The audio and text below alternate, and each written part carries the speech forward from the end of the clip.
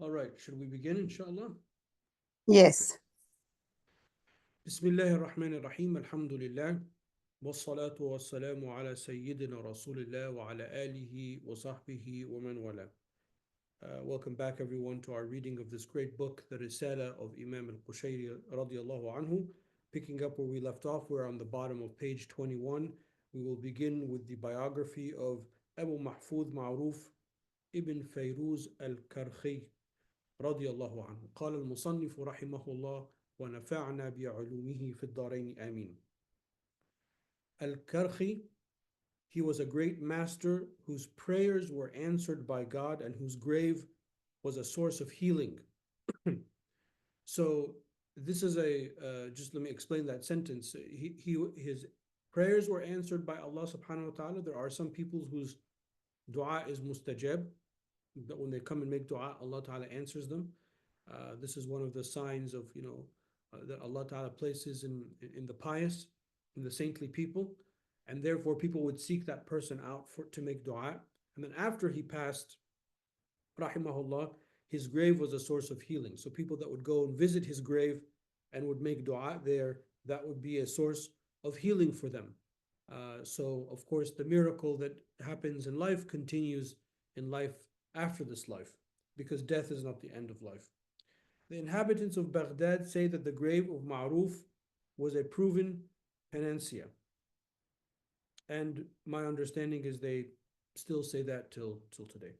He was a client of the Imam Ali ibn Musa al-Rida, alayhi salam, the famous Imam from the descendants of the Prophet, alayhi salatu salam, and he died in the year 200, though some say that he died in the year 201. He was a teacher of Asir al-Saqati. Asir al-Saqati's biography will come next. And these names, if you've ever read anything of the biographies of the saintly people, these are extremely famous figures from early Islam. So he was the teacher of a Saqati. One day he told a Saqati, when you need something from God, call upon him by my name, yani as a form of tawassul.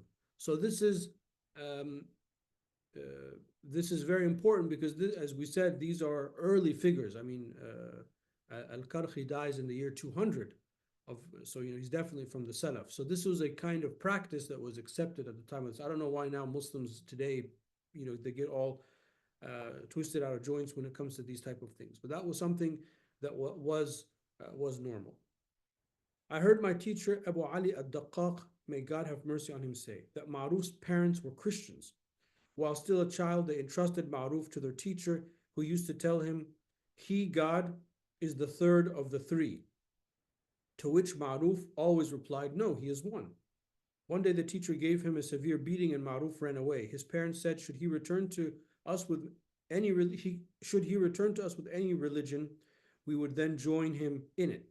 Later he embraced Islam at the hands of Ali Musa al-Rida alayhi salam and returned to his house. He knocked on the door. His parents asked who was at the door, and he answered Ma'ruf. And they asked him, what is your religion? He said, this is a monotheistic religion, Hanafi. So his parents became Muslims too. I heard Muhammad ibn Hussein say, I heard Abu Bakr al-Razi say, I heard Abu Bakr al-Harbi say, I heard Asar al-Saqati say, I saw in a dream that Ma'ruf was standing under God's throne. God, may he be great and exalted, said to his angels, who is this? They answered, you know best, O Lord. God then said, this is Ma'ruf al-Karkhi. He is drunk with the love of me, and he will regain his full consciousness only after meeting me.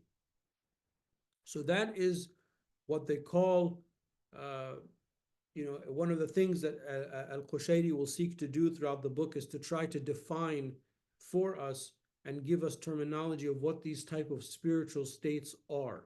So a person who is drunk with the love of Allah subhanahu wa ta'ala, as you travel towards Allah subhanahu wa ta'ala on the spiritual path, at some point Allah ta'ala kind of just takes you like to him very quickly. Like in the hadith, the servant draws nearer to me with the things that I have asked him to do until I become the eyes with which he sees and hearing with which he sees, and were he to ask me of anything, I would give it to him. That famous hadith describing the saints of Allah subhanahu wa ta'ala.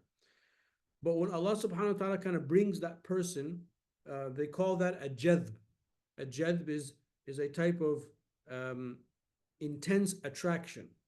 Jadaba is that something is attracted to something else. So he's saying that a Saqati's Al-Karkhi's spiritual state is that he has been brought to the presence of Allah subhanahu wa ta'ala, and he is in that state, and he will not return to his normal state until after he passes. So some people don't return from that intense state, and those type of different spiritual dispositions he'll talk about later in the book. Of course, our goal is to come back to our normal state, because that is the sunnah of the Prophet alayhi salatu wasalam. Sometimes you can't avoid it, and sometimes like somebody like Rumi. Rumi was an alim, an outward scholar, the highest caliber, qadi and whatnot. And then he meets Shams, and then Shams just kind of like ignites this thing inside him, and then he's never the same ever since. So this is sort of kind of what he's talking about. Ma'ruf said, one of the companions of Dawood at-Ta'i told me, beware of abandoning good works, for they bring you near to your Lord's satisfaction. I asked, what are these works? Dawood at-Ta'i answered, obedience to your Lord, rendering service to the Muslims and advising them. I heard Muhammad ibn al-Hussein say, I heard Muhammad ibn Abdullah al-Razi say, I heard Ali ibn Muhammad al-Dallal say, I heard Muhammad ibn al-Hussein say, I heard that my father said, I saw Ma'ruf in a dream after his death, and I asked him, what did God do to you? He answered, he pardoned me. And I asked him, was this due to your self-renunciation and fear of God? He said, no, this was due to my following the admonition of Ibn Sammak to practice poverty and to love the poor. Regarding the admonition of Ibn Sammak, Ma'ruf recounted the following. Once I came to Kufa. There I met a man by the name of Ibn Sammak who was preaching to the people. He said in his speech, he who turns away from God completely, God too will turn away from him once and for all. And he who will turn to God with his heart, God will turn to him with his mercy, and make the faces of all the creatures turn toward him. As for him who at one time turns to God and at another time forgets him, God will still show mercy to him at some point in time. His words sank deeply into my heart, and I turned to God, may he be exalted, and abandoned everything I had been doing except my service of my master Ali ibn Musa al-Rida alayhi salam. I mentioned these words to my master, and he responded, this admonition is sufficient for you should you decide to preach on your own. This story was related to me by Muhammad ibn al-Hussein, who said, I heard Abdul Rahman ibn Ali al-Hafiz say in Baghdad, I heard Muhammad ibn Umar ibn al-Fadl say, I heard Ali ibn Isa say, I heard Sadri Saqati say, I heard how Ma'ruf recounted, and then he narrated the story. Notice how Ma'ruf asked his Sheikh Imam Ali ibn Musa al-Rida alayhi salam, and he gave him permission. So this is like his ijaza, this is his permission to go out and to preach and to call people to Allah subhanahu wa ta'ala. So even in the science of tasawwuf, there has to be, or the discipline of tasawwuf, there has to be that permission from the teacher. On his deathbed, Ma'ruf was asked for a final piece of advice, and he said, when I die, give away my shirt as alms, for I want to leave this world naked as I came into it. One day, Ma'ruf was passing by a water carrier who was saying, may God have mercy on him who drinks. Although Ma'ruf was fasting at the time, he came up to the water carrier and drank. Someone asked him, weren't you fasting? And he said, yes, but I hope to obtain his blessing. Okay. Abu al-Hasan al-Sarr al-Maghallis al-Saqati. Al-Mughallis al-Saqati. So Asir al-Saqati. Unfortunately, the transliteration of the names is not very good. Let me just pull up the name. Al-Mughallis, Abu al-Hasan Siri ibn al-Mughallis al-Saqati, radiyallahu anhu. He was al-Junayd's maternal uncle and teacher and a disciple of Ma'ruf al-Karkhi, as we just learned from the previous bio. He was unique in his age as regards pious scrupulosity, pious scrupulosity is a translation of the Arabic word al-wara, and it's not the best translation, but we'll just go with it. Al-wara, to be scrupulous on oneself, means that there are two options in this act. One is like the easy option and one is the harder option. I'm going to do the harder thing. So there's a difference of opinion in Islamic law about this issue. You can do this because Imam so-and-so says you can do it, but Imam so-and-so says you can't do it. So out of being scrupulousness, out of being scrupulous, I won't do it. So I will be difficult on myself, but when people come and ask my advice, I will be lenient with people. And this is a spiritual disposition that people have done and continue to do, as we are reading. And there's also no end to it. So you will see, people like Imam al-Nawawi, who we all heard his name. Imam al-Nawawi did not eat from the fruits of Damascus because he heard that it was originally a endowment, a waqf for the poor, and therefore he didn't want to eat from it because he didn't want to take someone else's food. He just because he heard that, it was like a rumor or a common story that was told. Now that's an act of wara, to stay away from something that there might be some questionableness behind it. And also wara, or scrupulousness, can get out of hand. So some people can turn it into like a shahwa, can almost be like a lower desire. So one of the things in the spiritual path that we try to emphasize is, how do you know the difference between this is a genuine, you're doing this out of piety, versus you're doing it out of, for the wrong reasons. Anyway, I just wanted to define that. I think maybe this term has come up before, but I wanted to just define it. He was unique in his age as regards to pious scrupulosity and the knowledge of the Prophet's custom, meaning his sunnah, alayhi salatu wasalam, and divine oneness, tawheed. I heard Muhammad ibn Hussein say, I heard Abdullah ibn Tusi say, I heard Abu Amr ibn Alwan say, I heard Abu al-Abbas ibn Masruq say, I heard that Sarr al-Saqati was plying his trade at the bazaar, so he was a tradesman, while he was a companion of Ma'ruf al-Karhi. Once Ma'ruf came to him with an orphan boy, and he said to Sari, clothe this orphan. Sari said, I clothed him. And Ma'ruf rejoiced to this and said, may God make this world hateful to you and relieve you of your trade. So I left, so he's praising him because he didn't hesitate in taking from his money and clothing the orphan. Allah relieve you of your trade, meaning may you reach a spiritual state in which you no longer have to worry about money, and that you can focus all of your time on devotion. So I left my shop, and since that time there is nothing more hateful to me than this world, and all that I have now comes to me through Ma'ruf's blessings. I heard Sheikh Abu Abdurrahman al-Sulami, may Allah have mercy on him, say, I heard Abu Bakr al-Razi say, I heard Abu Umar al-Anmati say, I heard al-Junaid say, I have never seen anyone more devout to God than a Sarri. I visited him for 98 years without ever seeing him lying down except when he was on his deathbed. It is told that a Sarri said, Sufism is a name for three things. The Sufi is the one in whom the light of knowledge does not extinguish the light of scrupulosity. So no matter how knowledgeable you are of the intricacies of the Sharia and the differences of opinion, that outward knowledge does not change your inward disposition that I'm still going to follow the more difficult opinion out of safety. In this inner self, he does not speak of any knowledge contradicting the external meaning of the holy book or the Prophet's custom. So the true sign of the Sufi is that the deeper their understanding and their gnosis is of Allah subhanahu wa ta'ala, the more consistent they are in drawing the deeper meanings and extracting them from the outward apparent meanings of the Quran and the Sunnah. And his miracles do not cause him to violate the sacredness of the divine prohibitions. So some people, not all people, but some people who are saintly people, they experience different types of miracles. And the miracle can be a big tribulation, because if you can do miraculous things, it can totally mess you up. You start to think that you're special or something like that. So he's saying that the true saintly person, even if the miracle appears upon their hands, they don't use that to do the haram. They're always going to follow what they need to follow. As-Sirri died in the year 257. I heard that the master Abu Ali ad-Daqqaq recounted the following on the authority of Al-Junayd, may Allah Ta'ala have mercy on him. Al-Junayd said, once As-Sirri asked me about the love of God.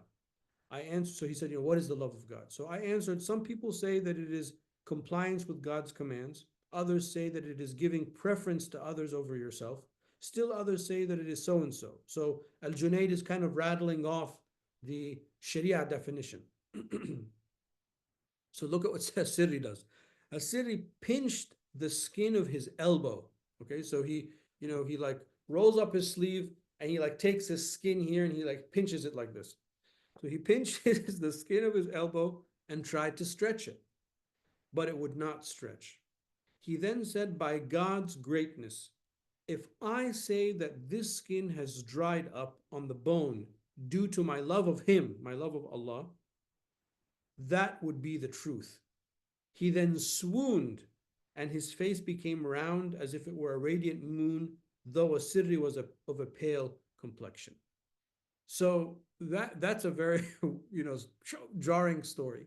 So one of the meanings of the story is As-Sirri is saying that true love of Allah subhanahu wa ta'ala means that every fiber of your being is employed and used for the service of Allah Ta'ala, the devotion of Allah subhanahu wa ta'ala. And therefore your physical being becomes nothing but in service of God. So he was saying, even the skin, this little morsel of skin that's around my elbow, the reason it's there is out of love of God, meaning because I love Allah subhanahu wa ta'ala so much, it's an intrinsic part of my physical being, my spiritual being, etc. So he's not denying those sort of academic answers that Al-Junayd gave, but he's saying, that's not what I'm asking for. What I'm really asking is to show you the effects of the love of God. يا أيها الذين آمنوا لما تقولون ما لا تفعلون كبر مقتا عند الله أن تقولوا ما لا تفعلون. Oh, you who believe, why do you say that which you don't do? What an enormity it is that you say that which you don't do. So it's not about saying that we love God, it's about doing and showing that we love God. It is related that As-Sirri once said, for 30 years, I have regretted that I once said, Alhamdulillah, praise be to God. Someone asked him, how could this be? And he answered, once there was a fire in Baghdad. I came across a man who told me that my shop survived the fire. So I said, Alhamdulillah. For 30 years now, I've had the regrets about having said this, because I wished for myself a better lot than that which has befallen my fellow Muslims. Abdullah bin Yusuf told me, I heard Abu Bakr al-Razi say, I heard Abu Bakr al-Harbi say, I heard As-Sirri say that. It is related about As-Sirri that he said, I am squinting at my nose so many times during the day because I am afraid that my face should become black. That is, that God has blackened my complexion as a punishment for what I have done. I mean, these are real things. Okay, these people really lived like this. They really said that. They really did this. That's how much in the moment they were completely cognizant and aware of, despite their great spiritual works, which we're reading about here, they themselves felt the great deficiency towards Allah subhanahu wa ta'ala and were afraid. I heard Muhammad ibn al-Hussein, may God have mercy on him, say, I heard Muhammad ibn al-Hasan al-Khashab say, I heard Ja'far ibn Muhammad Nusayr say, I heard al-Junayd say, I heard As-Sarri say, I know the shortest path leading to paradise. I asked him what it was, and he answered, don't take anything from anyone, don't seek anything from anyone, and don't possess anything which you would give to anyone. This is a very Buddhist statement, because the Buddha preached that there is suffering in the world, and then the suffering that's in the world comes from our attachment to the world, which is a very beautiful teaching. And basically he's saying the same thing. He's like, if you want to get to the other side safely, take nothing, give nothing, have nothing, because then there's nothing to be taken into account. Of course, that's easier said than done, because you can't live without anything. I mean, even he was a tradesman, and had some kind of wealth, but is to have just enough for what you need and not to have excess. And then therefore you don't have all of these extra units of things that Allah Ta'ala is going to have to ask you about. I heard Abdullah bin Yusuf al-Asbahani say. I heard Abu Nasr al-Sarraj al-Tusi say. I heard Ja'far ibn Muhammad ibn Nusayr say. I heard Al-Junayd ibn Muhammad say. I heard As-Sarri say, I wish I could die in a land other than Baghdad. And someone asked him why. And he answered, I am afraid that my grave would not accept me and that I would thus be disgraced, meaning that the earth would spit him back up from his sins. And that's how intense his fear was. I heard Abdullah bin Yusuf al-Asfahani say. I heard Abu Hassan ibn Abdullah al-Fuwati al-Tarsusi say. I heard Al-Junayd say. I heard As-Sarri say, O God, punish me with whatever as you wish, but do not punish me with the humiliation of the veil, al-hijab, the veil between us and Allah subhanahu wa ta'ala, which he'll talk about extensively in the book. I heard Abdullah bin Yusuf al-Asfahani say. I heard Abu Bakr al-Razi say. I heard Al-Jurayri say. I heard Al-Junayd say. Once I came to visit Asir al-Saqati and found him crying, and I asked him, what made you cry? And he answered, yesterday my daughter came to me and said, this is a hot night, therefore I will hang this water cooling pitcher here. Then I closed my eyes and I fell asleep. In my dream I saw a most beautiful slave girl who had descended from heaven. I asked to whom she belonged, and she said that she would belong to whoever did not drink the water that was cooled in a pitcher. I then grabbed the pitcher and smashed it into pieces against the ground. Al-Junayd said, I indeed saw pieces of broken earthenware that he never picked up or touched until it was completely covered with dust.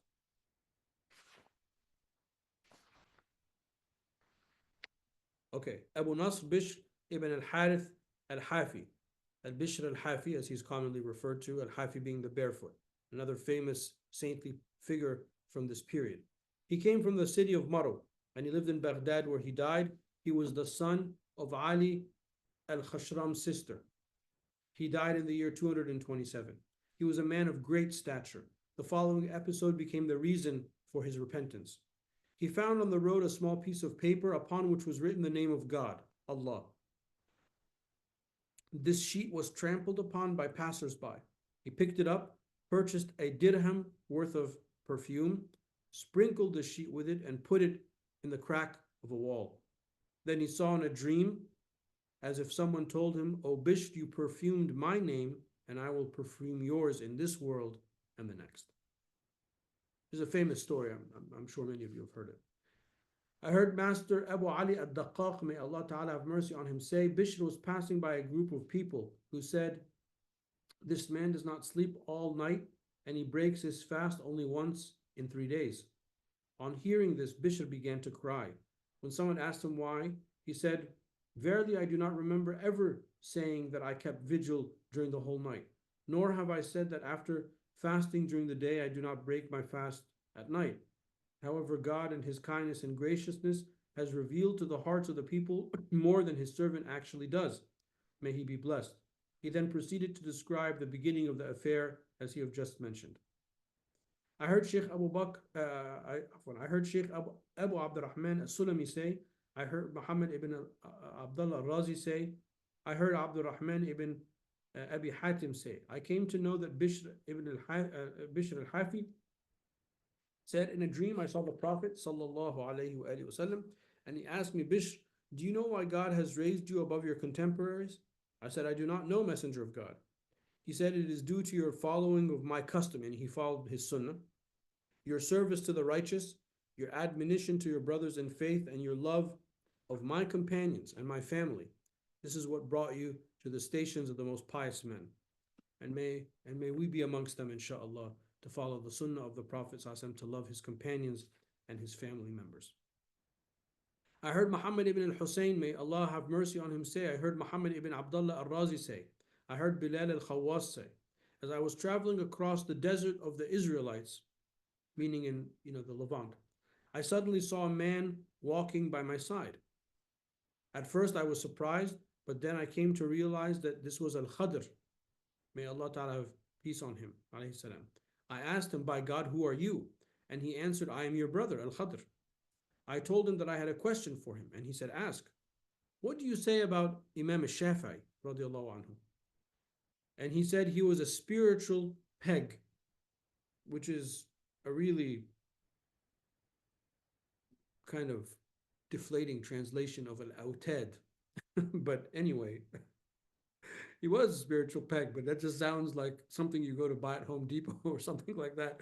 Al-awtad are one of the few spiritual figures at any age that you know, through them and by them and because of them, Allah Ta'ala sends mercy to the people. So there are different hadith that talk about the different spiritual classes. There's a hierarchy in sainthood in Islam, and this all comes from the hadith. The most famous of them are the abdal, the 40 people who are changed. Is a plural of badal, instead of. So once one of them dies, Allah Ta'ala replaces them with somebody else. And the hadith says that those 40 spiritual figures are found in the Levant, in the lands of the Levant, in the Sham. The Autad is another group, so on and so forth. So Al-Khadr is saying that Imam al-Shafi'i, he was amongst them. I then asked him, what do you say about Imam Ahmad ibn Hanbal? And he answered, he was a voracious man. And what do you say about Bishr al-Hafi? And he answered, after him there was no one like him. I asked him, owing to what was I able to see you? And he said, owing to your pious behavior towards your mother. So the whole reason why Bilal al-Khawwas, who's narrating the story, was able to see the Khadr, which is a miracle in of itself, is, and Khadr answered, because of your behavior towards you're good towards your mother. I heard, so you see these people, they're not like super spiritual saints because of super spiritual acts. They're saints because they're just doing the basic. One is good to his mother, you know, one helps people, one follows the sunnah, but they do these things with excellence. And then on top of that comes their spiritual devotion. So don't think that your spiritual devotion supersedes the basic things. You have to do the basic things. All of us. I heard Master Abu Ali al-Daqqaq, may Allah Ta'ala have mercy on him, say, once Bishr al-Hafi came to Mu'afa ibn Amran and knocked on his door. He was asked who it was, and he said, Bishr al-Hafi. Then a young girl told him from behind the door, if you were to buy yourself a pair of sandals for a couple of daniks, which is a unit of currency, you would lose your name, because al-Hafi means the barefooted one. Muhammad ibn Abdullah Shirazi reported the story to me. He said, Abdul Aziz ibn al-Fadl told me, Muhammad ibn Sa'id told me, Muhammad ibn Abdullah told me. He said that he heard Abdullah al-Maghazili say that he heard Bishr al-Hafi mention the story. I heard Muhammad ibn Hussein say, I heard Abu Hussein al-Hajjaj say, I heard al-Muhammadi say, I heard al-Hasan al-Masuhi say, I heard Bishr al-Hafi telling the story. Again, this is an early book, and that's why Al-Qushayri will always give us chains of transmission to these stories. So this is how the Salaf thought, taught, acted. Their worldview was, you know, we're not going to say anything and do anything unless we can produce a chain of transmission to the origin of the story. I heard Muhammad ibn al-Hussein say, I heard Abu al-Fadl al-Attar say, I heard Ahmed ibn Ali al-Damishqi say, Abu Abdullah al-Jalla told me, I saw Dhunnun, meaning Dhunnun al-Misri, who we met in the last class, who was famous for his clear expression. I saw Sahl, who was famous for his allegorical allusion. And I saw Bishr al-Hafi, who was famous for his scrupulousness. Someone asked me, to whom of them are you more inclined? And he said, to my teacher, Bishr al-Hafi. It is said that for many years he craved beans, but he never permitted himself to eat them. Someone saw him in a dream after he had died and asked him how God treated him. And Bishr answered, God pardoned me and said, eat, O you who have not eaten, drink, O you who have not drunk. Sheikh Abu Abdurrahman al-Sulami, may Allah Ta'ala have mercy on him, told me, Ubaidullah ibn Uthman ibn Yahya told me, Abu Amr al-Sammak told me, Muhammad ibn al-Abbas told me, Abu Bakr ibn bint Muawiyah said, I heard that Abu Bakr ibn Affan said, I heard Bishr al-Hafi say, for 40 years I was craving roasted meat yet I never could afford its price due to the lack of untainted money. Again, he wanted to stay away from anything that had any question marks. Someone asked Bishr what he was eating his bread with. He answered, I think of salvation and make it my seasoning, meaning that he's not going to add anything to it extra that is unneeded. I was told about this by Muhammad ibn Hussein, may Allah Ta'ala have mercy on him. He said, Ubaidullah ibn Uthman told, Abu Amr as-Sammak related to us, Umar ibn Sa'id said, Ibn Abi Dunya related to us that a certain man said that this famous story is indeed about Bishr. Bishr said, that which is permitted tolerates no wastefulness. Someone saw Bishr in a dream and asked him, what did God do to you? He answered, he pardoned me and gave me half of paradise. And then he said, Bishr, even if you were to perform your ritual prostrations before me on the burning coals, you would still not be able to repay me for the exalted place that I allotted you in the hearts of my servants. Bishr said, a man who loves to be known to people will not taste the sweetness of the hereafter. We live in an age today in which everyone wants to be known, popular, an influencer, this and that. And the reality is all of that is a veil. He says, a man who loves to be known to people will not taste the sweetness of the hereafter. Wallahu ta'ala a'la wa a'lam wa sallallahu ala sayyidina wa maulana Muhammad wa ala alihi wa sahbihi wa sallam. Any questions?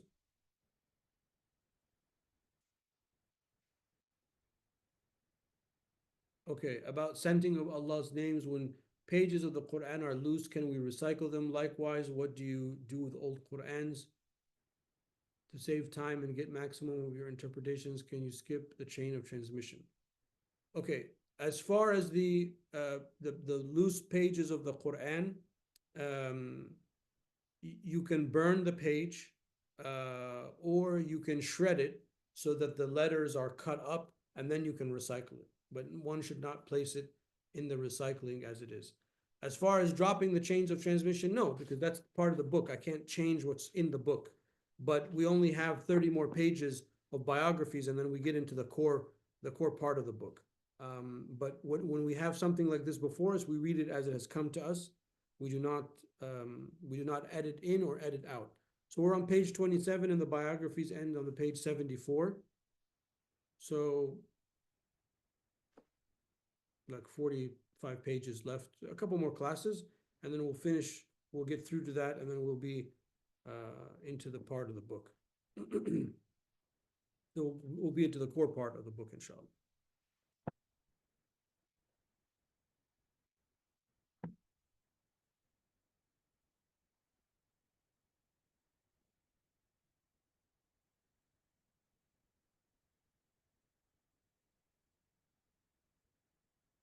Any questions or comments?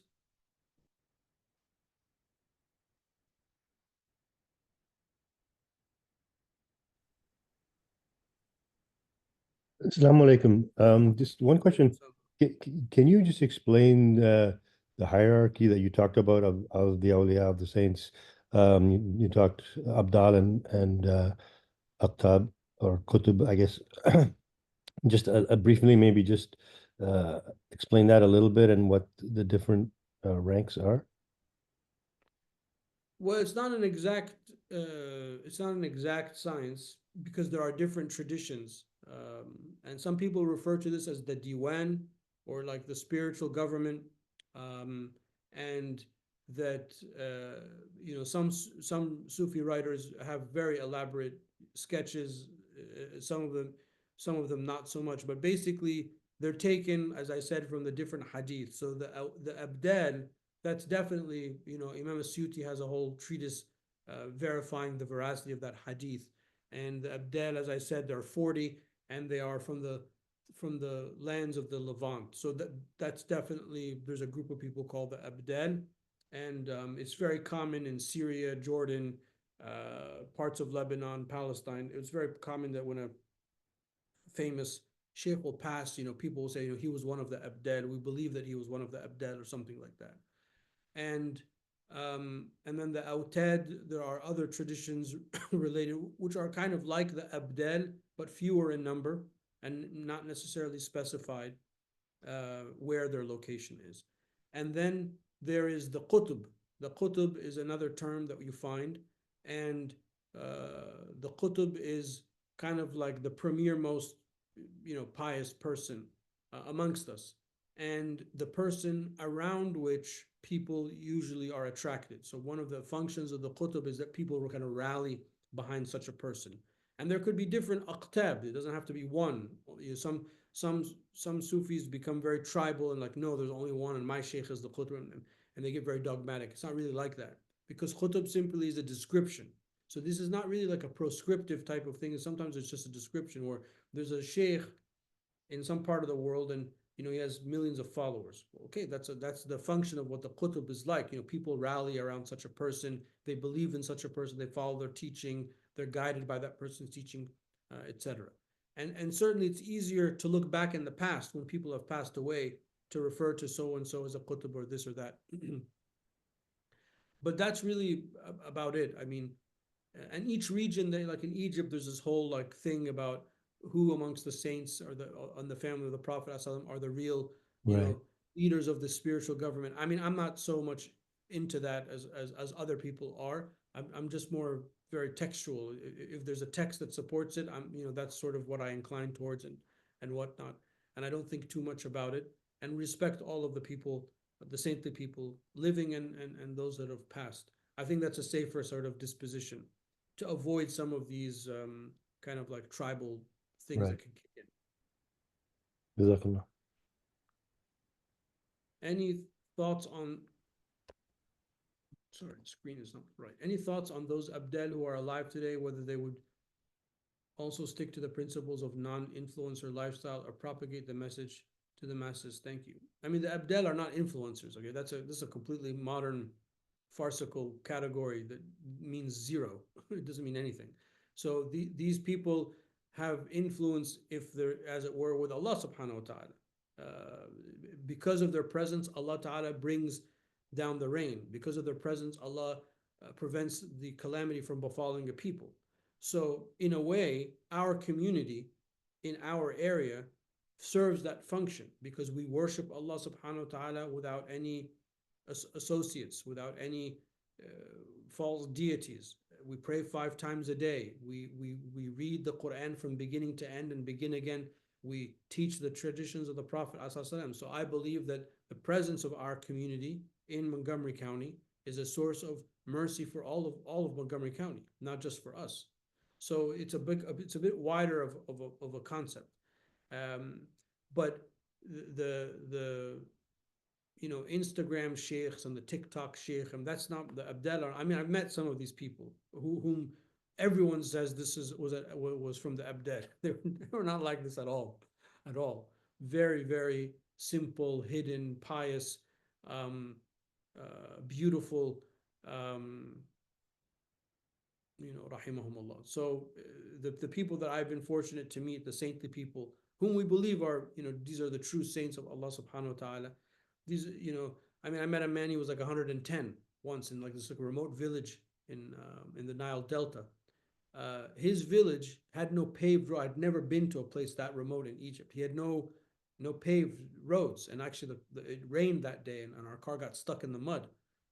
There's no indoor plumbing or anything like this. It was very hard to get to. I had to go to another city to find somebody who knew how to get there, follow him there, and it was like this very little, very, very rudimentary structure.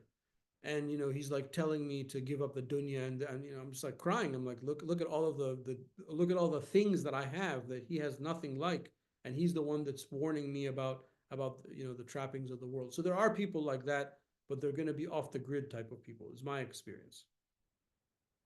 Not necessarily, but my experience. So the miracles of the saintly persons are real. Need to avoid venerating them, as in several contrived people go to the ziyarat and ask for dua themselves at the same time. How do we honor them? Miracles are real because it's a point of our belief that any miracle that can happen to a prophet, can happen to a saint, a saintly person, because the definition of a miracle in Islam is that which breaches causality, khariqul aada. And the reason we hold that belief is that Allah subhanahu wa ta'ala is la hawla wa la quwwata illa billah. There's no power or ability except Allah. So if Allah wants to breach causality at any moment and have that appear on the hands of somebody, then that's his prerogative, not ours. So we do believe in miracles, and this is a big fitna that happened in the turn of the 20th century, where a lot of people started not believing in miracles, and unfortunately, we still have some of the remnants of those beliefs. But that's not true. We absolutely believe in miracles. It's part of our belief. It's part of our aqidah. But the miracles don't mean anything, because the miracles can appear on bad people. So Musaylim al-Kadhab, he had miracle. He would spit in the well, and the well would turn all salty. So he had like the anti-miracle, but it was a miracle nonetheless, because he claimed prophethood after Sayyidina Muhammad alayhi salatu wasalam. So we believe in these type of things because Allah subhanahu wa ta'ala is the creator of causality. So the existence of a miracle in and of itself doesn't really mean anything other than it's a reminder that Allah ta'ala is the creator of causality. Furthermore, the existence of a miracle at the hands of a person does not testify to the person's goodness or badness. That which testifies to goodness and badness is the Sharia, and we hold to the Quran and the Sunnah. If something complies with that, then we say, okay, that was a good miracle, and that just further confirms that this person is a pious person. If it's a bad miracle, then we say it further confirms that so and so is bad. So for us, it's always going back to the Quran and the Sunnah. And as a matter of fact, the big saints, the big saints, they don't have any miracles. Their miracle is being consistent. So, and that's something that sometimes people forget. The saintly person who is completely firm, like these luminary type of people, very rarely will there be any miracle whatsoever. The miracle rather comes to the junior saints, who are in a way in need of that miracle to give them more confidence and confirmation that they're on the right path. And that's something that one should be very cautious. Also, if somebody has anything miraculous or out of the ordinary that happens to them, they are not to talk about it and mention, they go back to their teacher for advice on how to deal with it, but it's not, necessarily for public consumption. As far as visiting the saints, alive and dead, the Prophet ﷺ commanded us to visit the graves. Kuntu anhaakum an ziyarat al-quburi ala fazaruha. I used to forbid you from the visiting of the graves. Now go visit the graves. So because it will remind you of the hereafter. So we are visiting the graves is a part of our deen, and anyone who says otherwise has left that which the Prophet ﷺ commanded us to do. So when there's a saintly, like Imam Shafi'i, every time I'm here, at least once, I try my best to go and visit Imam Shafi'i. Imam Shafi'i, I'm a Shafi'i, it's my school of thought. I read and study and teach his fiqh. The least I can do is go give salam to the Imam. And the place where these pious are, those whom were the overwhelming consensus of the ummah, like there's nobody would say that Imam, other than Imam Shafi'i, was a saintly person. The dua in those places is accepted. Why? Because there are angels there that are not in other places. It doesn't mean that the dua is not accepted elsewhere. Allah, inshallah, accepts all of our dua. But the reason we go and seek out those places, other than it confirms our belief that these people are alive, not dead, to show respect to them, to make dua for them, is also to make dua for ourselves, because at those places there is the mercy of Allah subhanahu wa ta'ala has descended. So that's sort of what's happening with the visitation.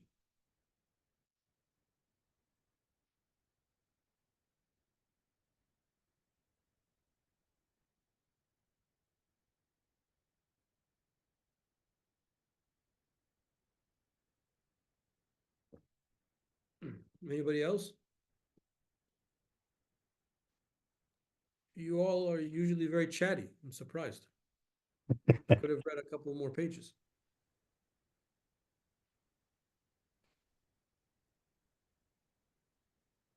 Alhamdulillah. I wanted. Oh yeah, please. When we are in person, we are very good in chatting and asking questions.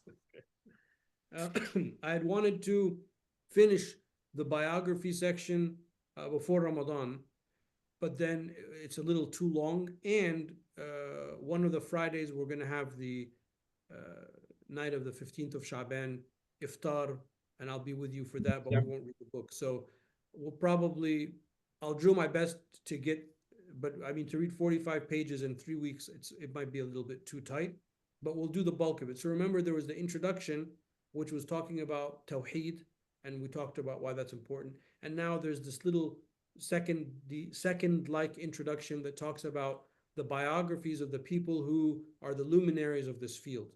And then these are just all in all like 70 some pages, and the book is almost 500 something pages. So the whole book is not about that. These are, so I want you to understand that this is a type of introduction as well. Can you ask dua for intercession from the saints? Intercession in general is a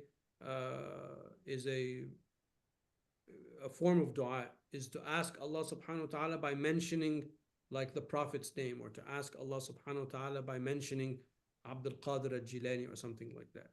And this is universally accepted by the ulama. The only person that ever said anything about it was Ibn Taymiyyah, and because Ibn Taymiyyah, you know, people get super excited with him and think he's the bee's knees. You know, there's a lot of people that say, oh, it's not, it's haram, it's shirk, it's not. He was just wrong on that issue, the way he was wrong on several issues of aqidah. And the vast, you know, thousands and thousands and thousands of ulama all across geography and time and across the different madhahib accepted tawassul, intercession. And the reason is that if you, tawassul is simply asking Allah, so you're asking God, you're not asking that person. That's the thing that people don't understand with tawassul. You're asking that person, you're asking Allah subhanahu wa ta'ala by mentioning something that is precious to Allah subhanahu wa ta'ala. So there's nothing that's more precious in the created world than Sayyidina Muhammad sallallahu alaihi wasallam. So you say, you know, you ask Allah by mentioning the Prophet's name alayhi salam, that Allah subhanahu wa ta'ala, you know, accepts your dua, so on and so forth. So this is universally accepted, you know, in Sunni Islam. Imam Tarek, the program is on February 14th, not 15th, February 14th. Which is a Friday. Friday, yes. Yeah. So I'm saying I'll be with you, but we're not going to read the book. Yes, Friday, this February 14th. Yeah, okay. Yes. Valentine's Day. Yeah. Maybe your date, maybe 15th. Double the reward. Thank you. I look forward to the classes each week. And I also look forward to these classes each week, more than you can know.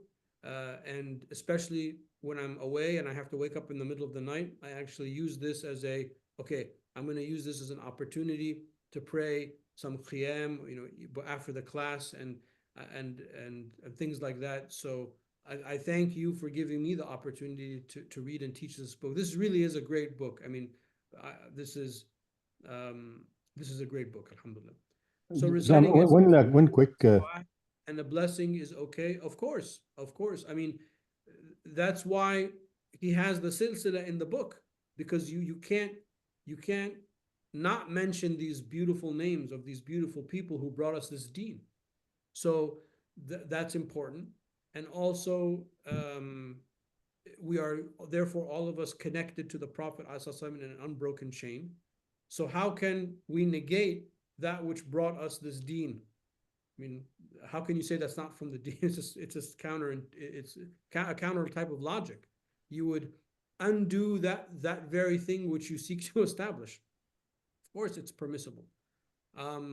And sometime, like in the nights of Ramadan, if the odd time that I lead the witr prayer, sometimes I do that. I make tawassul by the Prophet ﷺ. I mean, in my own personal life, I make tawassul all the time. I have a certain manual of prayers of the Prophet ﷺ that I read, and you know, in many of the prayers are forms of tawassul of Sayyidina Muhammad, through Sayyidina Muhammad ﷺ. But you know, from the fatwa point of view, this is completely legitimate, part of our religion. Established practice, and those who criticize it, I mean, and Mutanabbi, he said, لكل داء دواء يستطب به إلا الحماقة أعيت من يداويها. Every disease has a cure except stupidity. It still has not found somebody who can cure it. So just because somebody criticizes something doesn't mean that that criticism means anything. Especially somebody who doesn't have the requisite knowledge of the Sharia sciences to make a determination about the Sharia issue. I'm not trying to criticize anybody by name, but this is the concept.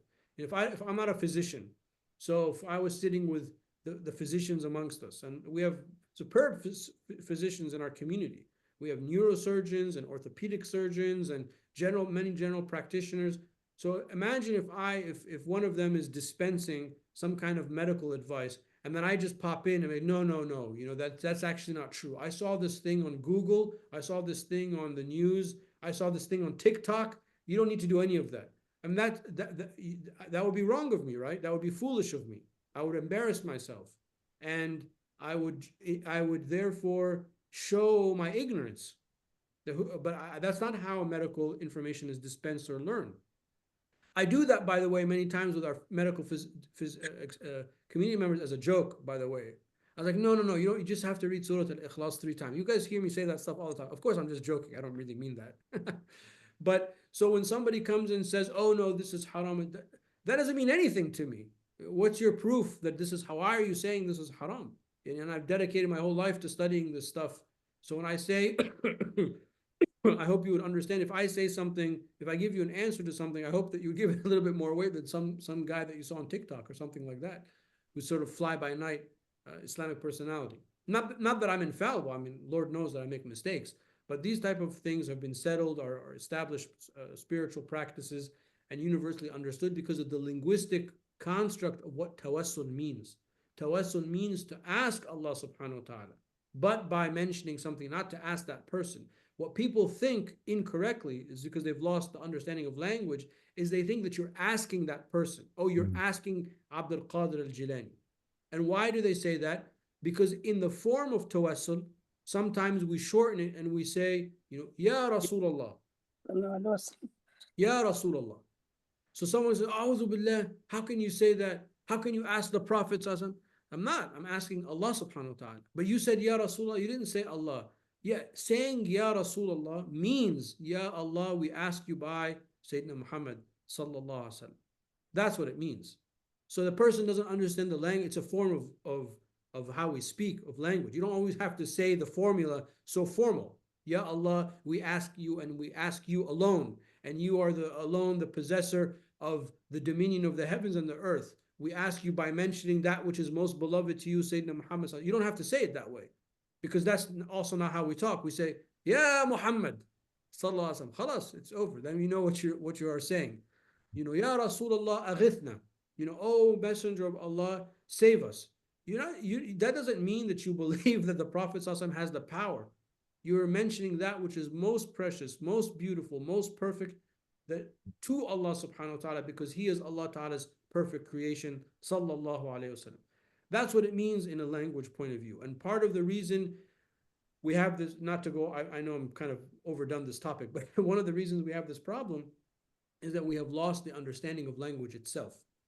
So people have reduced language to a very two-dimensional understanding. Language is not like that. Language is metaphorical and descriptive and literal and metaphoric at the same time. It is general and specific at the same time. It is universal and particular at the same time. And this is how these are the tools that we use to understand the Quran and the Sunnah. Because there are verses in the Quran that are meant to be literal. There are verses in the Quran that use rhetorical flair. There are verses in the Quran that use metaphor. Was'al al-qarya, ask the valley. Well, the verse doesn't mean go and ask the trees and the hills. It means ask the people of the valley. وَاسْأَلُوا أَهْلَ الْقَرْيَةِ. But the word ahl is removed because that's how language is. Not all language is verbatim. So on and so forth. So these people that criticize these tasks, they come from a very, very dark place. Unfortunately, they've lost language, they've lost the understanding, they've lost reason, and may Allah Ta'ala protect the great anchor that's holding our progress down is this way of thinking. May Allah Ta'ala protect us and ward off the harm from our families and our communities, inshallah. Sorry to keep going on, but I mean, it's... Someone just as you go through these biographies, I don't know if you visited some of the maqams of these people. Is it possible you could just maybe mention it, or if there's, or maybe some of them they're not, Well, people. unfortunately, most of them are in Iraq because that's where Al-Qushayri was. I've never been to Iraq. I hope one day I can go Okay. soon. The only maqam that I've been to so far is the Nun al-Misri because we have a maqam here in Egypt, but I don't think that this is his grave. I think there's a difference between the grave of a saint or a person and the maqam. So Ah, there can be a maqam of one person in several places in the Muslim world because the person visited there or taught there or lived there or okay. something like that for a time. But there is by Uqba ibn Amir, the famous Sahabi, there is a grave attributed to or maqam attributed to the Nun al-Misri and Rabi' al-Adawiyya. I have been to those, but Those are maqams or graves you I mentioned? believe they're maqams. I don't I believe they're see. graves. Okay. But of course, inshallah, if anything comes up, I'm just looking quickly by the names. I think most of these people are going to be, Baghdadi But type of people. But if I think of anything, I'll definitely let you all know. inshallah. Jazakumullah.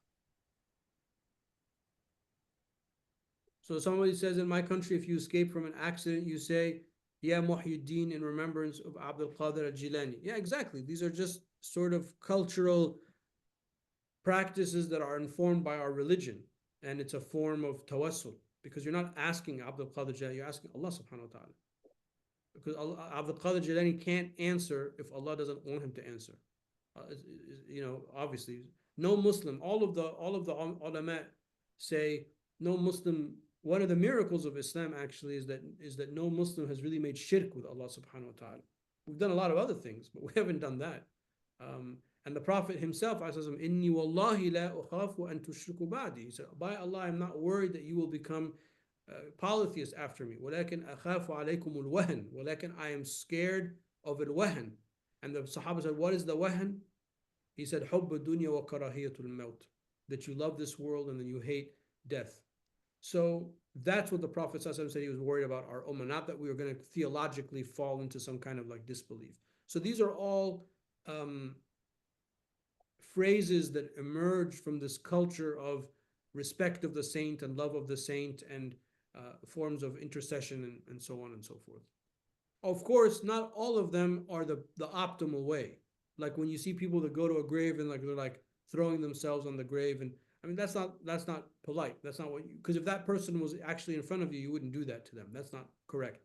But it's excused and understood, inshallah. Okay, alhamdulillah. If there are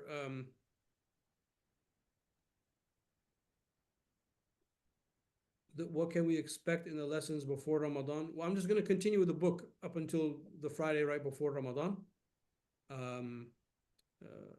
I'll try to get as far into the biographies as we can.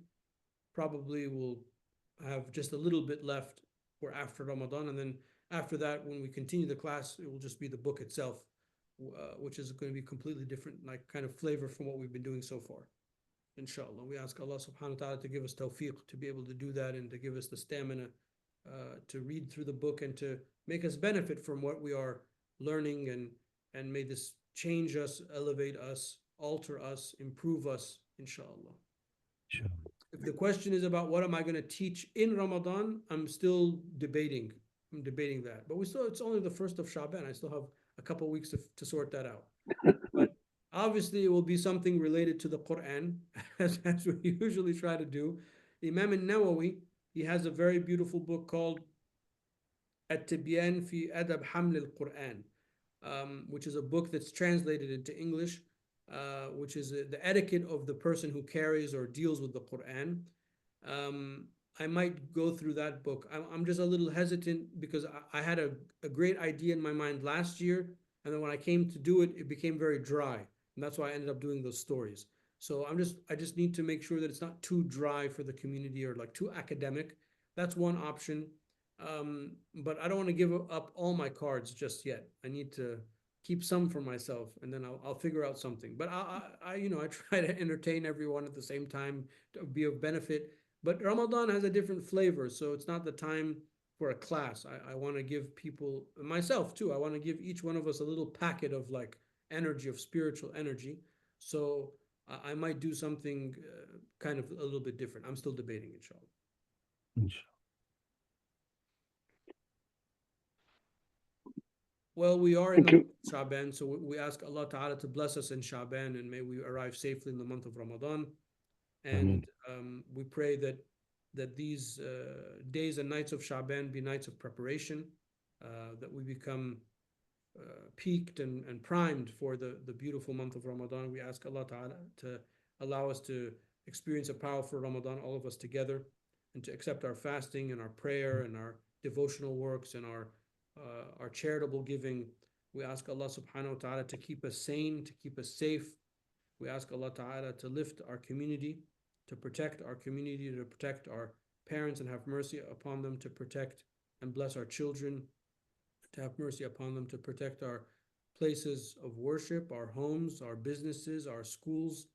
We ask Allah Ta'ala to keep us ever under His watchful eye, to make us people of the Quran and the Sunnah, to make us lovers of the most beautiful of creation, Sayyidina Muhammad sallallahu alayhi wasallam. We ask Allah Ta'ala to have mercy on our teachers, those whom have passed and those whom are still alive. We ask Allah Ta'ala to ward off all harm upon the Muslim community, domestic and internationally. We ask Allah Ta'ala to reinstate sanity and love and mercy throughout the land. We ask Allah Ta'ala for the alleviation of the suffering of our brothers and sisters all over the world who are enduring the most unspeakable acts of suffering and genocide and injustice. We ask Allah Ta'ala to lift them and to allow us to help them. وآخر دعوانا الحمد لله رب العالمين وصلى اللهم على سيدنا ومولانا محمد وعلى آله وصحبه وسلم. اللهم صل أفضل صلاة على أسعد مخلوقاتك سيدنا محمد وعلى آله وصحبه وسلم عدد معلوماتك ومداد كلماتك كلما ذكرك الذاكرون وغفل عن ذكره الغافلون. Thank you very much. Thank Assalamu you. alaikum wa rahmatullahi wa barakatuh. Jazakumullah khair. Everyone have a good weekend, stay safe, and we'll see you next week, inshallah. Inshallah. İnşallah. İnşallah. Teşekkürler.